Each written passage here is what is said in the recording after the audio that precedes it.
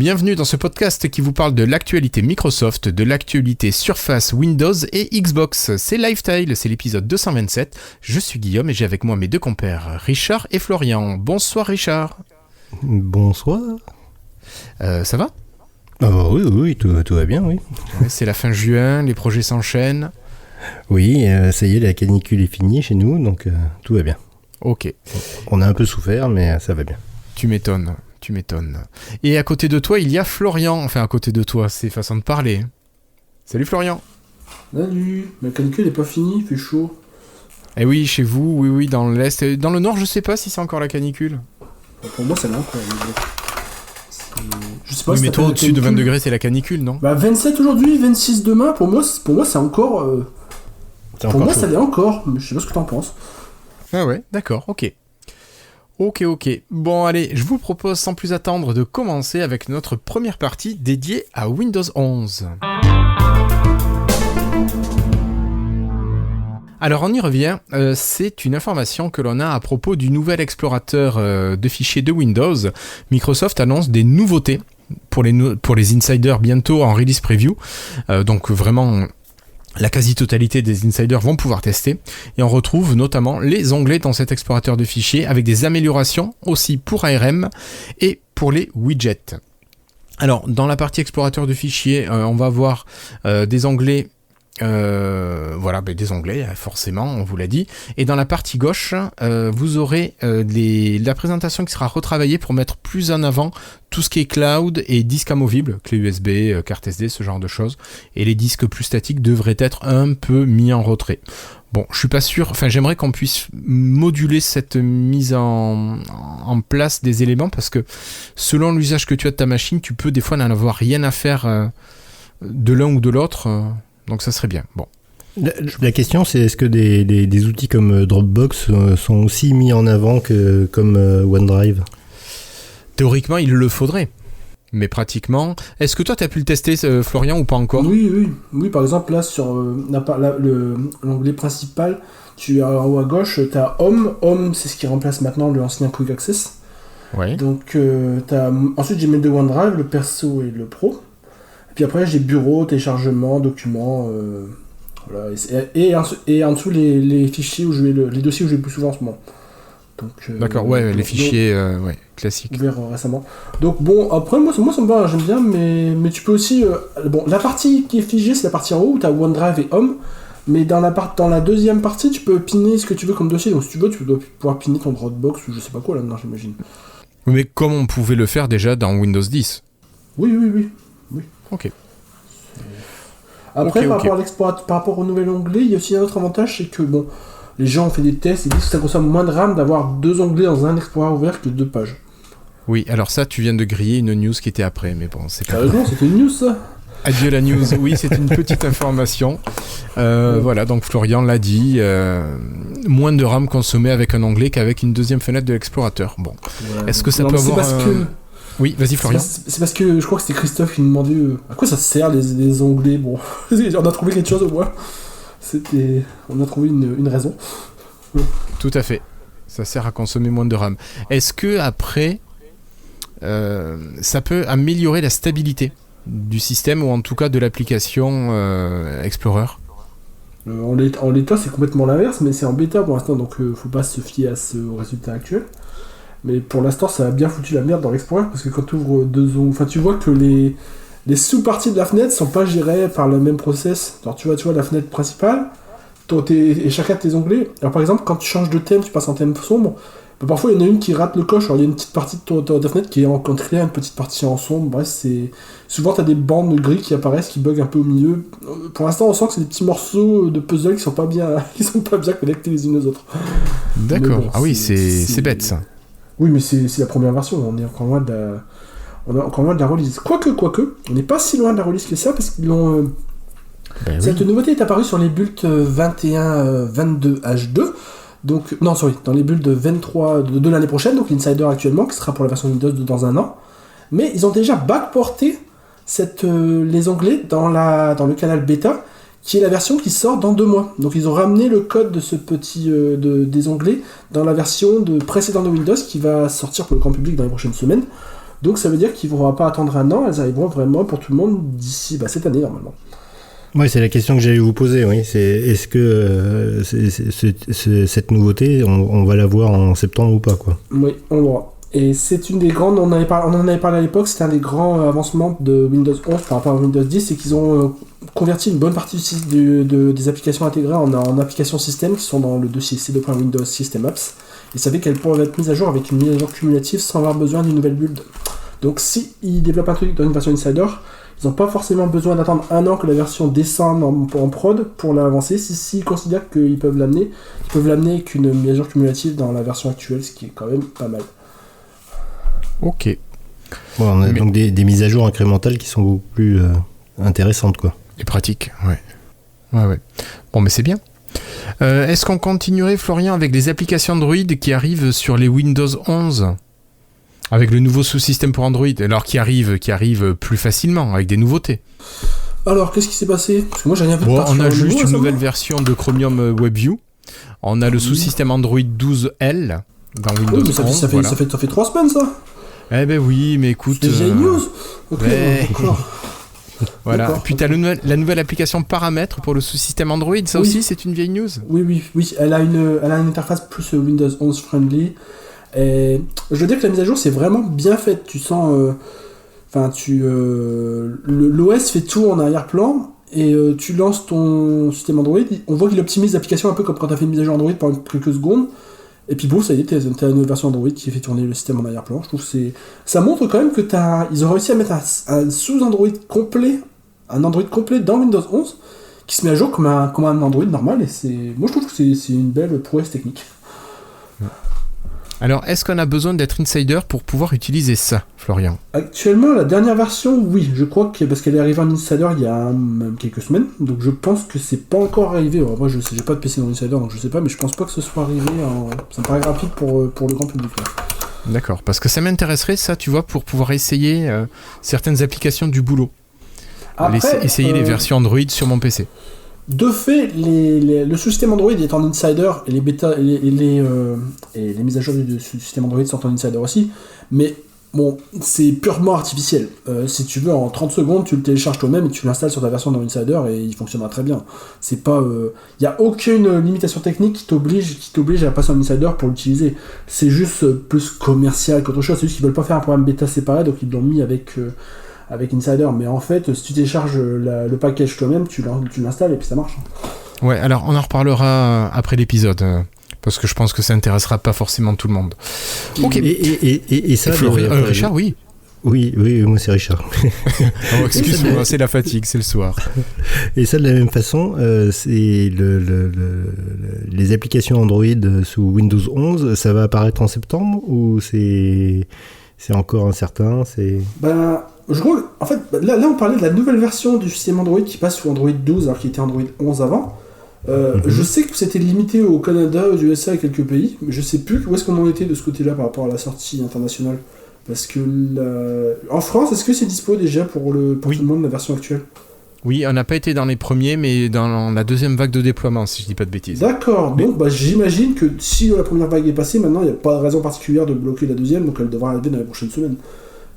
Et sans avoir besoin d'être insider ? Oui, parce que c'est pas lié à... C'est vraiment pas lié à... Tu sais, la version d'Android n'est pas liée au programme insider en soi, hein. C'est une machine virtuelle en fait, donc bon, voilà. Oui. Ok, donc on peut dire qu'au mois de septembre, si on a... Je pense. Je pense pas qu'ils attendront un an pour mettre à jour Android 12, amener Android 12, parce que d'ici là, il y aura Android 14 qui arrivera, donc bon. Ouais, attends. Android 13 n'est même pas sorti en bêta, je crois, encore. Si, en bêta, je dis depuis un moment. En bêta, oui. Oui. Pardon, il est sorti qu'en bêta, c'est ce que je voulais dire. Il n'est pas encore sorti en version stable. Oui. Ok. Bon, vous avez d'autres choses à rajouter là-dessus, ou on saute sur l'actu Microsoft ? Bah, tu sautes où tu veux, hein. Allez, on va sauter sur l'actu Microsoft. On va vous parler de fin de pratique controversée. Alors, on avait déjà parlé au dernier épisode de Microsoft qui s'ouvrait à la syndicalisation dans ses employés, enfin pour ses employés. Cette fois-ci, Microsoft veut continuer à soigner son image dans le monde de la tech et ils vont retirer des contrats des employés américains. Alors pas les cadres sup, hein. Ils vont retirer les clauses de non-concurrence et de non-divulgation, ces fameux NDA. Donc ainsi, un employé de Microsoft pourra quitter son boulot chez MS et aller chez la concurrence à la sortie de son poste. Voilà, alors c'est une annonce qui arrive la semaine, bizarrement, où une loi qui va dans ce sens est mise en œuvre dans l'État de Washington. Bon, alors, Microsoft va l'appliquer sur tout le territoire américain, donc ça c'est plutôt un bon point. Et puis un autre point qui est remarqué, c'est la publication de la grille salariale et la mise en place d'audits sur les droits civiques dans l'entreprise. Alors pour ce qui concerne la publication des grilles salariales, ça va être la publication de la fourchette de salaire pour les nouveaux postes, que ce soit en interne ou en externe, sur le sol américain. Ça ne sera pas à savoir combien gagne Satya Nadella et compagnie. Et par contre, en ce qui concerne les audits, Microsoft s'engage à publier un rapport de synthèse de ces audits sur les droits civiques et aussi ils vont indiquer les actions qui ont été mises en place suite à ces audits. Bon. D'ici, moi je sais pas, j'ai l'impression que ça fait ça fait du bruit pour peut-être pas grand chose, je sais pas trop. Mais je pense qu'on a une culture d'entreprise qui est complètement différente. Ouais, par rapport à la France, c'est sûr qu'il y a la politique au niveau des entreprises, elle est complètement différente vis-à-vis des salariés. Il y a qu'à voir, je crois que c'est la semaine dernière où ça a fait la une, comme quoi il y avait chez Apple enfin un syndicat qui se mettait en place. Alors que c'est obligatoire en France, donc effectivement c'est pas du tout la même approche, quoi. Florian, tu voulais dire quelque chose également? Oui, c'était à peu près ça en fait. C'est juste que je voulais dire que par exemple, le rapport au travail n'est pas du tout le même. Je veux dire, ici tu peux pas être viré du jour au lendemain aussi facilement que là-bas par exemple, donc t'es pas du tout le même monde.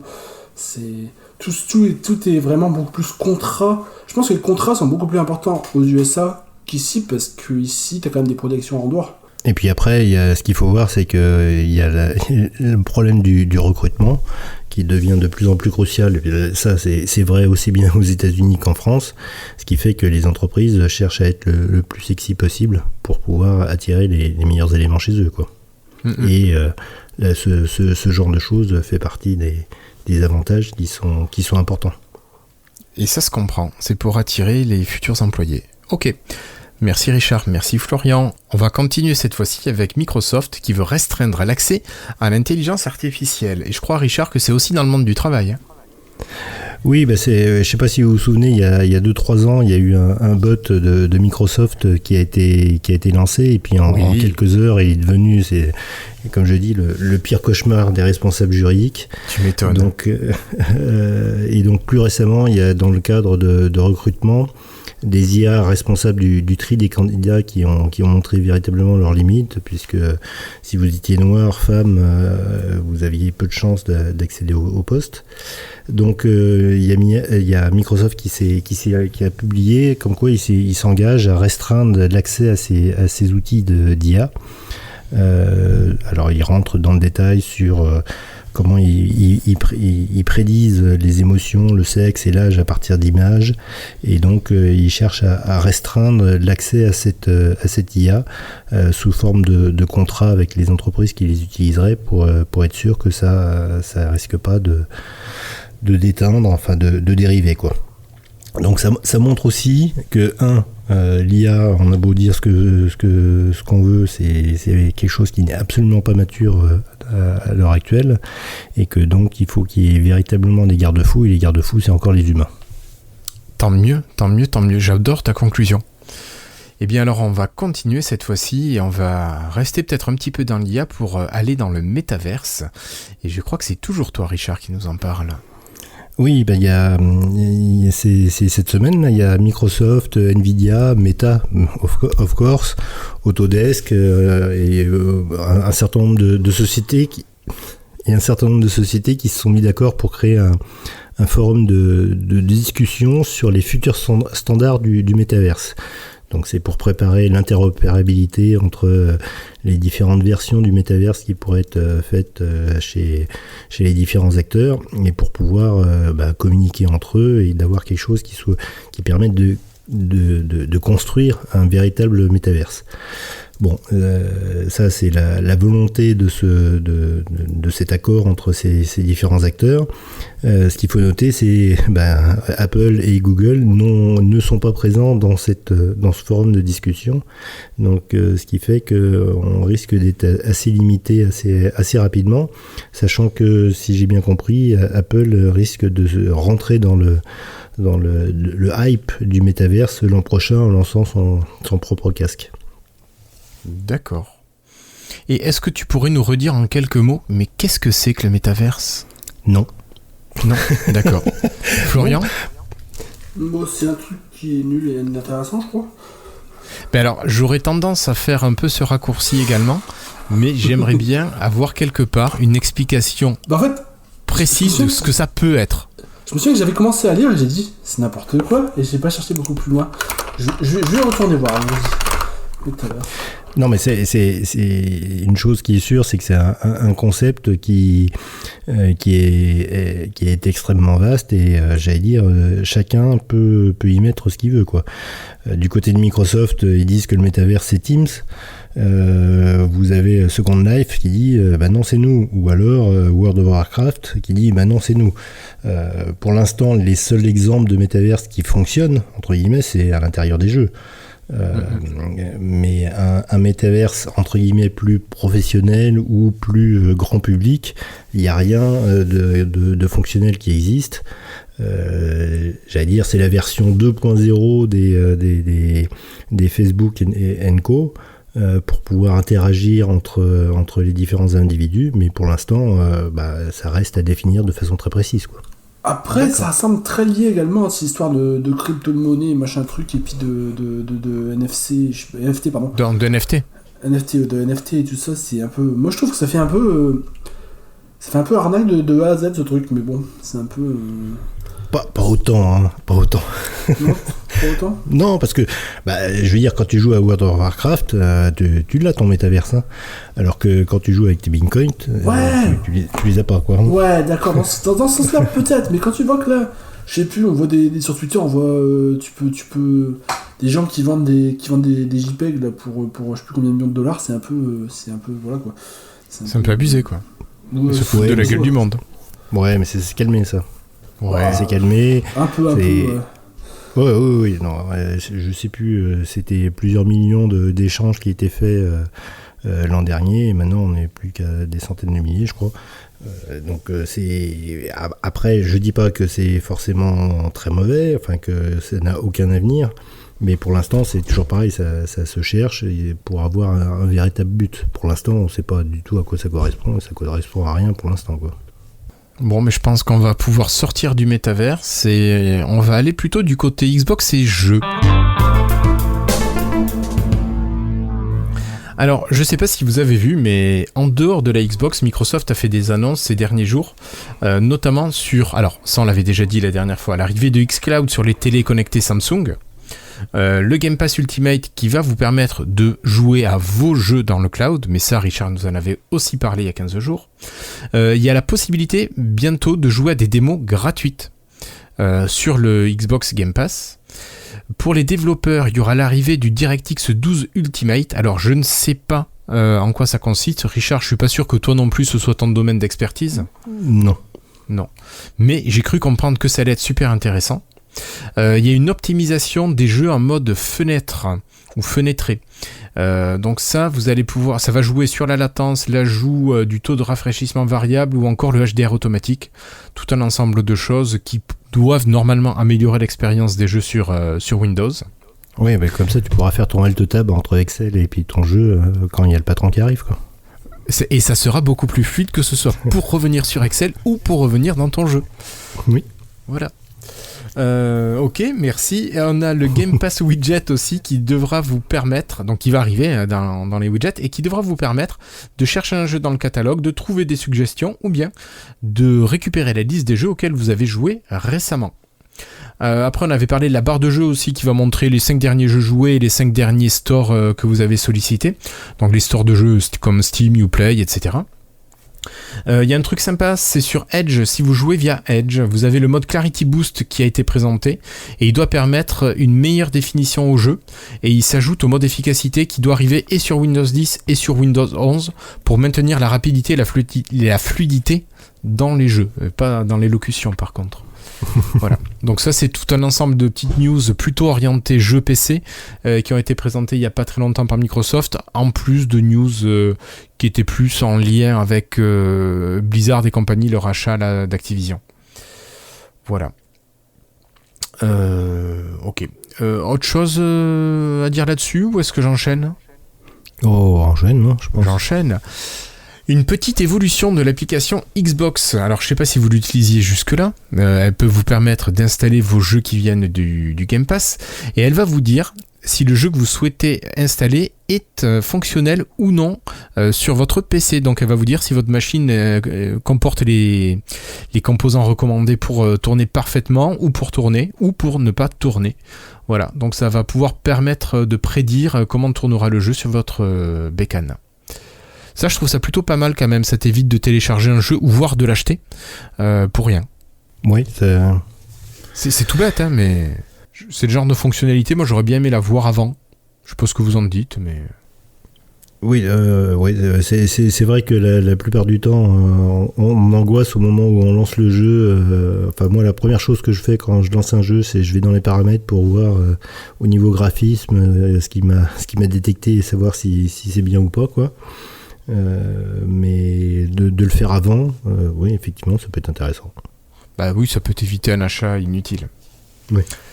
Et sinon, après, si tu joues pas sur ton PC parce qu'il est pas assez puissant, tu peux vouloir jouer sur xCloud, Richard, et par contre, t'étais obligé jusque-là de jouer avec ta manette, mais c'est peut-être plus le cas. Oui, bah c'est jusqu'à présent, à chaque fois qu'on lançait un jeu sur xCloud, quand on était sur son PC, il fallait forcément avoir une manette Xbox qui soit connectée sur ton PC. Donc il fallait acheter entre guillemets l'accessoire. Et puis pour certains jeux, je pense notamment à Flight Simulator, où il y a plein de raccourcis clavier qui existent. C'était quand même beaucoup plus pratique d'avoir un clavier et d'avoir une souris. Et donc on en parlait aussi, je crois, il y a un certain temps. Il va y avoir le support du clavier et de la souris enfin sur xCloud, sur son PC, et donc ce sera pour le mieux pour tout le monde. Ok, très bien. Je trouve que c'est plutôt une bonne chose. Donc sinon, on continue un petit peu avec les news Xbox pour terminer. Ce sont pour vous signaler quelques ajouts de jeux ou d'extensions dans le Game Pass pour le mois de juin. Pour toi, Richard, je te propose l'extension Top Gun Maverick à rajouter à Microsoft Flight Simulator. Alors, je sais pas si tu l'as utilisé. Voir ce que ça peut donner. Déjà, j'arrive pas à voler, alors si en plus il faut que je me mette dans des avions de chasse, je vais avoir du mal. Ok, bon, mais tant pis. Il y a une extension pour Sea of Thieves qui est sortie, c'est Lost Sands Adventure. Voilà. Qu'est-ce que vous avez... Bon, on avait parlé d'Assassin's Creed Origins qui est arrivé, un jeu d'Ubisoft. Dans les jeux sympas qui sont là, c'est The Elder Scrolls Online, qui est jouable sur Xbox. Vous avez FIFA 2022 qui sort demain sur Xbox et sur PC. Pour ceux qui sont un petit peu nostalgiques des vieux dessins animés, il y a Teenage Mutant Turtles Shredder's Revenge qui sort sur PC, sur Xbox et sur le cloud, ça aussi demain. Et si vous attendez le 1er juillet, vous avez Far Cry 5 qui sort, donc encore un gros jeu Ubisoft. Voilà, donc ça fait des trucs assez intéressants. Je sais pas s'il y en a qui vous intéressent dedans. Et si Far Cry 5, en plus, qui sort sous la version cloud. Oui. Donc, je crois que quand il est sorti, il était extrêmement gourmand au niveau exigence, au niveau du PC, quoi. Non. Donc, non. Bah, quand il est sorti, moi j'ai qu'une 1050 Ti comme carte graphique et je le jouais pas en full, mais c'était largement déjà très correct. Ouais. Donc, mais bon, il commence à être vieux quand même, il doit avoir 5 ans, je pense. Hein. Oui, mais au moment où il est sorti, maintenant, effectivement, c'est un jeu, c'est le genre de jeu qui m'intéresse, quoi. Ouais, mais il est sympa. Pour l'avoir fait, il est sympa. Et toi, Florian, il y en a un qui t'intéresse ou pas du tout ? Non. Non, d'accord. Ok. Mais Non, écoute, Florian, si t'as après, pas de jeu y a- qui t'intéresse, Bah, à la limite, un jour, il faudrait que je rejoue à Assassin's Creed Origins. J'ai jamais fini, il m'a aidé plus, Origins. J'avais arrêté la série à celui-là. et toi, t'as arrêté sur Origins, Odyssey, tout ça, t'as pas joué. J'ai tous fait jusqu'à Origins. Je suis arrivé à Origins et d'un coup, il suivait plus tout l'histoire principale. Il commençait un truc complètement nouveau et je me suis dit, bah, ça m'intéresse plus alors. Ouais. Tu vois, parce que. Mais moi, je les trouve très intéressants, mais vous bon. avez fait les Assassin's Creed Vous les avez fait Le 2 et le 3 en partie. Ouais, bon, vous n'avez pas tout fait. Bon. Parce que. Non, après, j'ai pas tout fait, j'ai pas eu le temps. Il y avait toute une histoire avec, tu sais, il y avait Juno qui était là, qui soi-disant essayé de prendre le contrôle de l'univers, puis. Et puis ils ont abandonné l'histoire, puis ils ont commencé autre chose à partir d'Origins. J'ai fait, ok, d'accord, ça n'a plus rien à voir. Donc bon, moi, ça m'a fait décrocher du truc. Ouais. Alors tu vois, moi qui suis plutôt rentré dans Assassin's Creed au moment d'Origins, justement, j'ai pas eu ce problème. Les autres, je les avais pas joués assez loin pour sentir cette cassure dans l'histoire. Oui, après ils ont fini l'histoire originale dans un comics à la place. Pourquoi pas, hein. Pourquoi pas. Non, mais bon, j'ai trouvé ça un peu moyen. Ouais. Bon, mais ça marche. Est-ce que vous avez une petite info qui vous viendrait là, Richard, Florian ? Moi j'en ai une. Oui. Florian, vas-y. d'abord. Vas-y, Florian. Ah, ben, vous savez, on parle toujours de WP qui était mort ou pas mort ou je sais pas quoi. Ouais. Et ben, en Insider, pour la première fois, il y a la première app système qui est la première map à intégrer, qui est Your Phone. Non, ça s'appelle plus Your Phone maintenant c'est PhoneLink, c'est ça, PhoneLink, qui vient être mise à jour en Insider et c'est plus une UWP. C'est à nouveau une app Win32 avec WinApp SDK. Donc c'est la première UWP qui a été mise à jour pour ne plus utiliser UWP. Donc c'est la première d'une longue série. À mon avis, dans les 1 ou 2 prochaines années, elles vont tous y passer. Et donc c'est la première UWP qui revient en application classique. Et ça se sent, par exemple, il n'y a plus de splash screen. Parce que tu sais, il y avait des UWP dans un splash screen qui s'ouvre. Ouais. Il y a une application Win32, il n'y en a pas. Donc ça fait comme Office. Maintenant, ça ouvre une autre fenêtre à côté avec le nom, comme sur Office. Et bon, ça ressemble encore à une WP de loin, mais c'en est plus une. C'est bon, je crois qu'on peut dire que le WP est fini, hein, malheureusement. Mort et enterré, ouais. Totalement. Voilà. Et ce qui est intéressant, c'est de se dire que d'ici 2-3 ans, il n'y aura plus du tout du WP au sein de Windows de façon officielle, entre guillemets. Et par contre, toute la couche du WP sera toujours présente. Pour des questions de compatibilité ascendante, quoi. Et donc c'est pour ça qu'on se retrouve avec un Windows qui est monstrueux pour assurer cette compatibilité ascendante avec les anciennes versions.